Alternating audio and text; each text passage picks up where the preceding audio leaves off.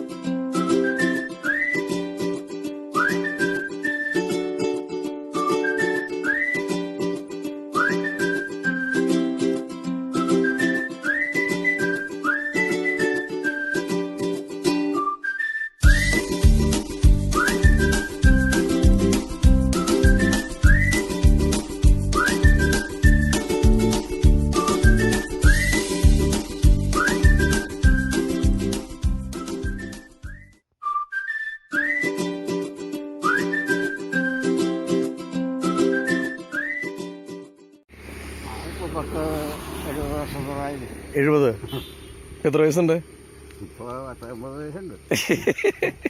ചെറുപ്പം തൊട്ടേ കൃഷിപ്പണി കാര്യങ്ങളൊക്കെയാ? കണ്ടത്തി പണിയാണ് മെയിനായിട്ട്. ഇവിടെ എവിടെയായിട്ട് താമസിക്കുന്നേ? പുരവനെ.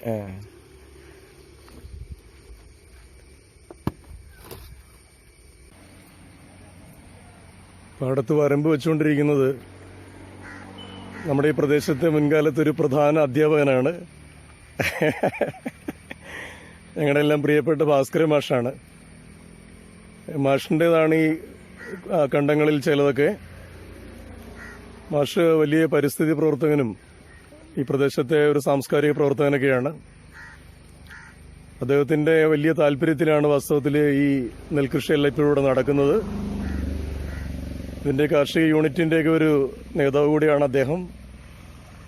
അപ്പോൾ അപൂർവമായി മാത്രമാണ് ഇത്തരത്തിലുള്ള ആളുകളെയൊക്കെ നമുക്ക് കണ്ടെത്താൻ സാധിക്കുക കേരളത്തിൽ ഇന്ന്. അത് നേരിട്ട് ഇറങ്ങി തന്നെയാണ് കൃഷിപ്പണിയെല്ലാം ചെയ്യുന്നത്. ഇതൊക്കെ കണ്ടു നിൽക്കാൻ തന്നെ വല്ലാത്തൊരു സുഖം.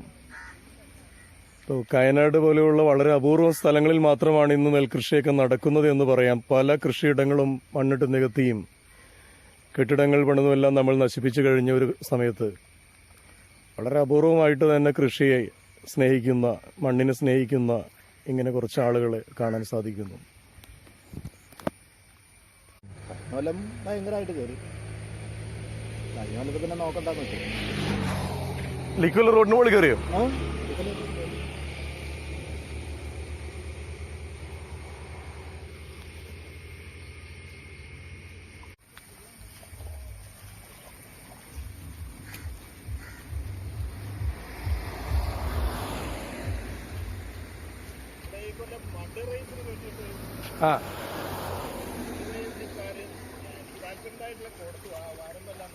അയ്യോ, മഡ്രൈസിനെടുത്ത കളയും.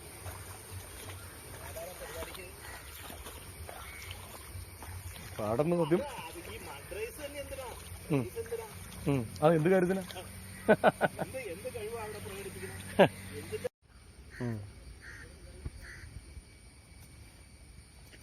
ഇവിടെ നല്ല തെന്നലുണ്ടാവൂല്ലേ?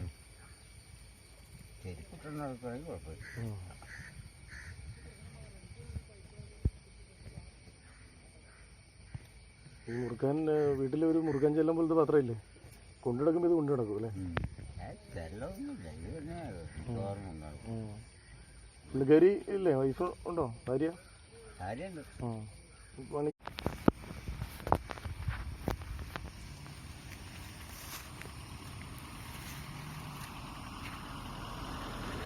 നെൽപ്പാടങ്ങളും നെൽകൃഷിയുമൊക്കെ ഇനി എത്ര കാലം ഉണ്ടാവുമെന്ന് പറയാൻ പറ്റുകയില്ല.